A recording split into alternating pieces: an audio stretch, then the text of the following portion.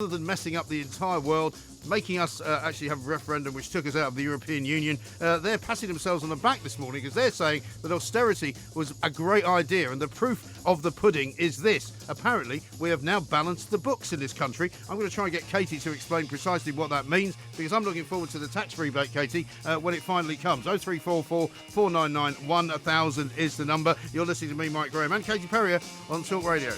The Independent Republic of Mike Graham on Talk Radio. So apparently the present budget, which excludes capital investment, moved into surplus in November last year on an annualised basis and stood at 2.8 billion over the 12 months to January. Net borrowing for the same period, including capital investment in roads and hospitals, was 38.6 billion. Now, these are very big numbers, Katie, and I have to say, that means absolutely nothing to me. I might as well have read that out in ancient Greek, and I would have had no clue as to what it actually means. I mean, what does balancing the book mean? Well, I'd like to point out to you before I go into this that I barely scraped a GCSE C in maths, and that was with a tutor.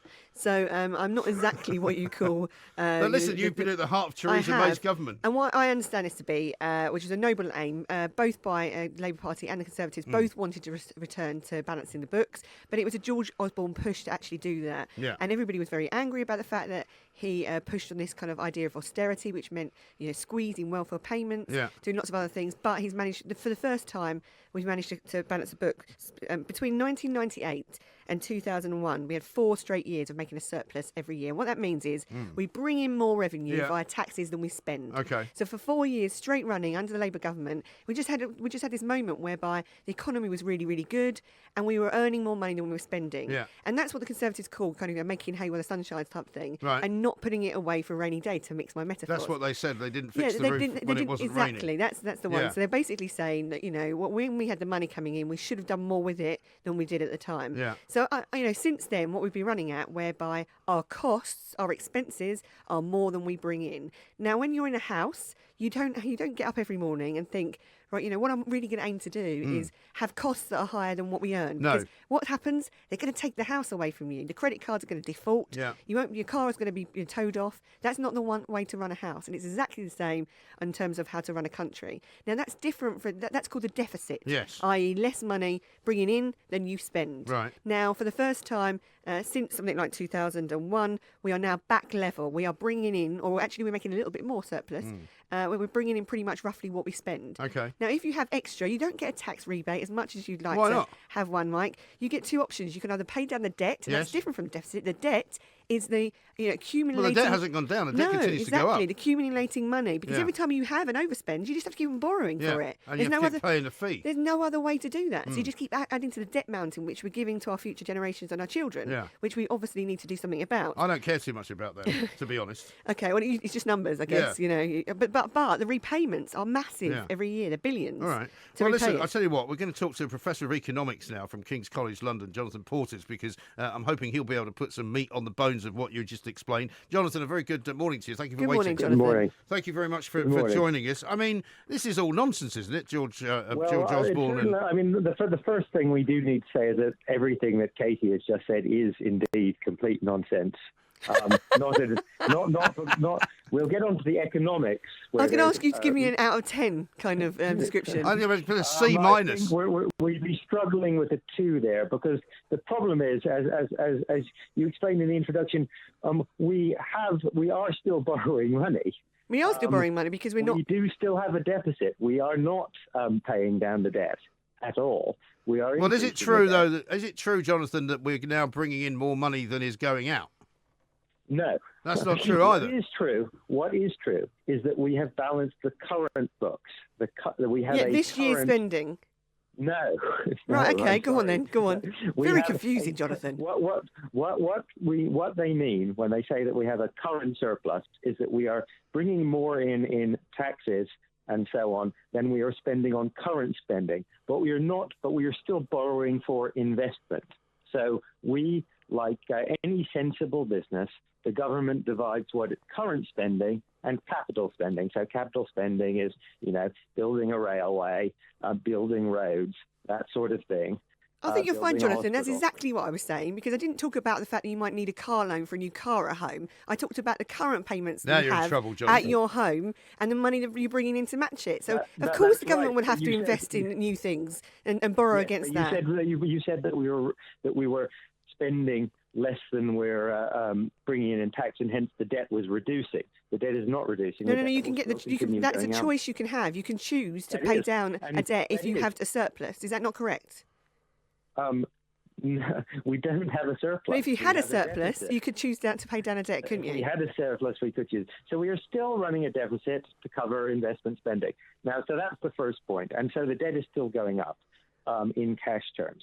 The second point is, though, that this idea, and you're right on that, Katie, is that it's perfectly sensible to borrow for capital spending, which is what we're doing now, and which we did not just in the first few years of which we did in the first few years of Labour, but it was also the Labour government's target, pretty much a sort of slightly different version.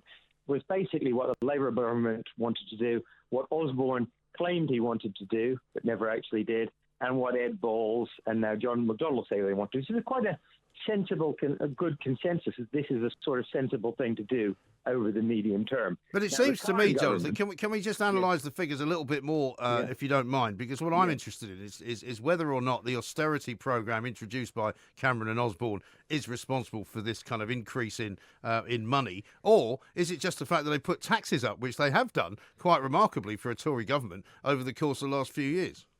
Well, it's a bit of both. They put up some taxes and they cut spending. And obviously, if you put up taxes and cut spending, you help bring the books back to balance, or to this, in this case, to current balance. So then, what you're saying is Osborne's right. Then, so he has actually affected something good for the economy. Well, I think you have to draw a distinction between what you were aiming for and how it was done. As I said, the idea of balancing the current budget but borrowing for investment is one which the previous government, the previous Labour government had, the coalition government had. Osborne actually ditched it himself in 2014 and went for a completely different and economically lunatic target of a absolute surplus. But leave that aside. The dispute over balancing the current budget was always about over what time period we want to do it. So Osborne's originally target was 2015, and a lot of people, myself included, said that was too fast. It would damage the economy. It would actually slow the recovery, and in the end would prove to be would damage public services at the same time. And all of those things come to pass. He didn't hit the target, which, well, how have public services been damaged? Well, you tell me. I don't. Well, think no, you tell me. it. You're the one that's claiming it. I don't notice public services any worse than they were. Well, if you look, for example, at NHS satisfaction levels, that's not a public service. That is a person's. NHS is not a public service? No. A perception of a public service is not a public service. Okay. Oh, okay. So the fact that that most of the government's waiting list targets have now for the NHS have now either been missed or have been dropped entirely because the government isn't. Yeah, but again, that's not a reduction in the public service. You know, waiting times have been remarkably bad for quite a long time. And you can find. I'm sorry, that's just not true. You can find any. No, Jonathan, you can find any number of arguments about waiting times. You've just said to me public services. Public services are not any. Hang on, public services are not any worse, and you can't tell me they are. All you can tell me is that public perceptions are changing. No. Look, wait a minute. We just talked about waiting times, and you said you can find any number of arguments. Well, you can. That's simply. You can. You can find if you publish statistics. Yeah, I know, but you can find areas. Yeah, but Jonathan, you can find areas where waiting times have improved. You can find other areas where they've got worse. You know, that's not an argument to say that public services have got worse. No, I'm sorry. You can. It's just. Yeah, simply making up your own facts. No, I'm not making up facts. I'm telling you, Jonathan, if you want to find... Well, why don't you quote me some statistics of where improvements have been made in the NHS, as well as statistics where some disimprovements have been made, because that's what the case is. No, I'm sorry. You're just wrong there, and you must. But satisfaction figures are on the rise in the NHS in the last. Again, yes, they are. That's simply untrue. Just go and look them up. I mean, I looked them up because wasn't long ago. I couldn't believe it myself that with a service that there's so many people complain about at the moment. Actually, when you ask people that have had treatment within the NHS, the satisfaction is on the rise. And I saw the facts. It was only about a week or two ago that we saw that come out. The latest statistics on that. So, but regard. Right. Public satisfaction. Here, I'll read you the headline. This is from 2 days ago. Public satisfaction with the NHSC's decline in 2017. Well, it was 2 weeks ago that it was on the rise. And now, what your point? You're making the point perfectly, Jonathan. You are making the point perfectly that actually you can use figures at any time to tell you anything you want. You can. I've been inside government. I know that for a fact because anybody that was an academic would rock up to my office and say, "I've got a different stat to prove the case, or a different stat to prove against that." Actually, if you're a political spinner like you, or yes, of course you can. But for those of us who actually worked in government for more than 20 years as economists, actually statistics do tell you something. So, for instance, it is a... Most of you economists, Jonathan, have got it consistently wrong for 20 years. You told us... It is not an arguable fact, for example, that unemployment has indeed come down to historic lows. It's not there's no argument about the fact that the growth in real wages over the last 10 years has been the lowest in recorded economic history. Agreed. None of these things and it is not an argument about what has happened to waiting times. Well, I don't know why you're so obsessed with waiting times, Jonathan. I asked you where public services have somehow got worse, and you haven't been able to tell me. You haven't been able to tell me. You're fixated on the NHS. Come up with something else. Okay, so the NHS is not a public service. No, but you haven't proved anything, Jonathan, and it's just getting boring now. So if you think public services in this country are suffering, tell me about which ones they are. Well, let's see. If you are prepared to accept that the NHS waiting times, that's statistics. In some areas, the waiting times have gone up. In others, they've gone down. That's what I know. What do you mean in some areas? Well, it's certain. If you want certain treatment, some treatments are improving, some treatments are not improving. It's as simple as that. It's a very massive organisation, as you should know, Jonathan, right? So therefore, it is a very, very massive organisation, and we know perfectly well that overall, looking at the country as a whole, if you look at the statistics, that overall there has been a very significant deterioration on average. This is not something that anybody who knows anything at all about the subject is arguing about. If I accept that, moving on, why is that? You're putting that down to the austerity measures of George Osborne, are you? Well, we know that under the previous government, NHS spending went up somewhat faster than GDP, and there were significant real terms increases. We know that under the last 7 years or so, it's gone up considerably slower than GDP. It's reduced, and it's gone up considerably slower than. When you say the last government, do you mean the coalition government? The coalition government, and then this government. Again, these figures are not in dispute. You can read them from the Nuffield Trust, the Health Foundation. We didn't say they were. We didn't say they were. Carry on. Jonathan, Right. I mean, you're basically... If you look at other aspects so that's been one big area. The second big area of public spending reductions, of course, has been on welfare payments, and in particular, welfare benefits to low-income families with children and disabled people. So universal credit, for example, would that have been a driver to reduce spending? No, because universal credit, of course, has been so delayed that actually only a very small minority of people, even now, only a small minority of benefit recipients. So in conclusion, Jonathan, are you telling us, Jonathan, in conclusion, that basically the money that was saved was not worth saving and shouldn't have been saved at all?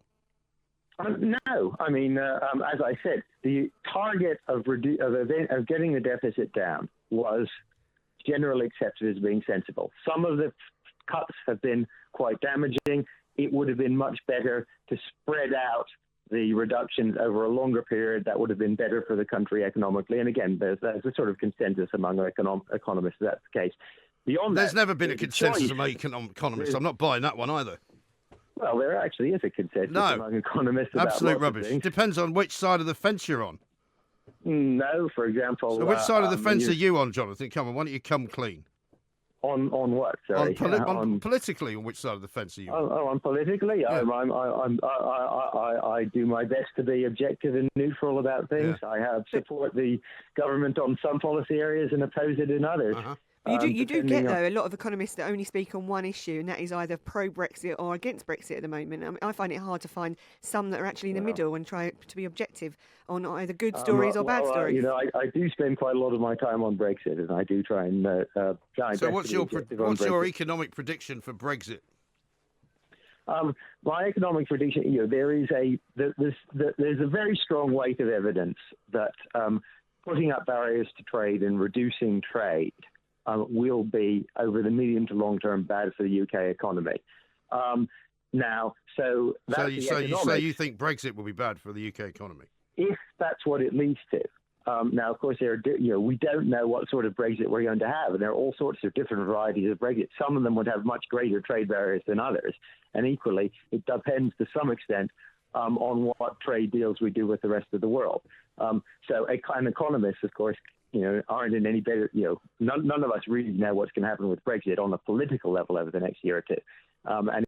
So it's a politics. So therefore, you can't really predict. You can't really predict it economically, then, can you? Well, and that's right, and that's why you see even the government's own modelling of the impacts of Brexit ranges from, if we have a hard Brexit with no deal, it's going to be a complete disaster, very roughly, through to if we have a much softer Brexit and try and preserve most of our trade links, maybe stay in the customs union single market, then actually damage will be much more limited. And meanwhile, doing deals with the USA, China, and so on might help mitigate some of that damage. So there's a range of scenarios, and we as economists can help assess what they are, which in turn can help politics and the public decide which scenarios might be better. But no, I mean, I can't sit here and say Brexit is definitely going to mean X, because we don't know exactly what Brexit will look like. Well, there we are. Jonathan, thank you very much indeed. Thank you, Jonathan Jonathan. Portis there, Professor of Economics at King's College London.